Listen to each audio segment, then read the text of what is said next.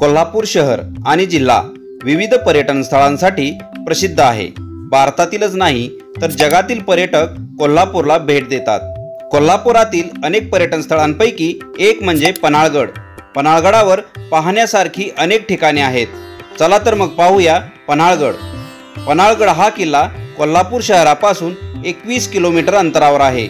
पन्हाळगडावर पोहोचताच नरवीर बाजीप्रभू देशपांडे यांचा प्रेरणादायी आणि भव्य पुतळा नजरेस पडतो। पन्हाळगडावर पहिला पॉइंट आहे 3 दरवाजा। शत्रूला सहजासहजी आत येता येऊ नये म्हणून भव्य आणि दिव्य अशा 3 दरवाजांची रचना केली आहे आणि या दरवाजावर सुंदर नक्षीकाम केलेले आहे। 3 दरवाजाच्या जवळच किल्ल्याचं मुख्य आकर्षण अंधारबाव पाहायला मिळेल। ही अंधारबाव 3 मजली असून वरील मजल्यावर सैनिक राहत होते। मध्यभागी चोरवाट तर खालील मजल्यावर विहीर आहे। आता आपण पाहतोय पुसाटी बुरुज। इथपर्यंत येण्यासाठी पन्हाळगडापासून चालत 10 मिनिट लागतात।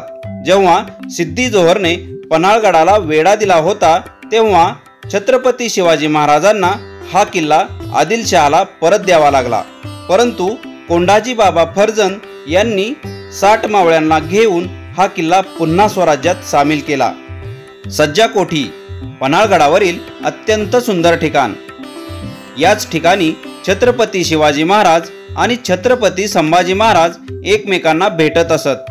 2 मजली असलेल्या या कोठीवरील वरच्या मजल्यावर अत्यंत थंडगार हवा अनुभवायला मिळते।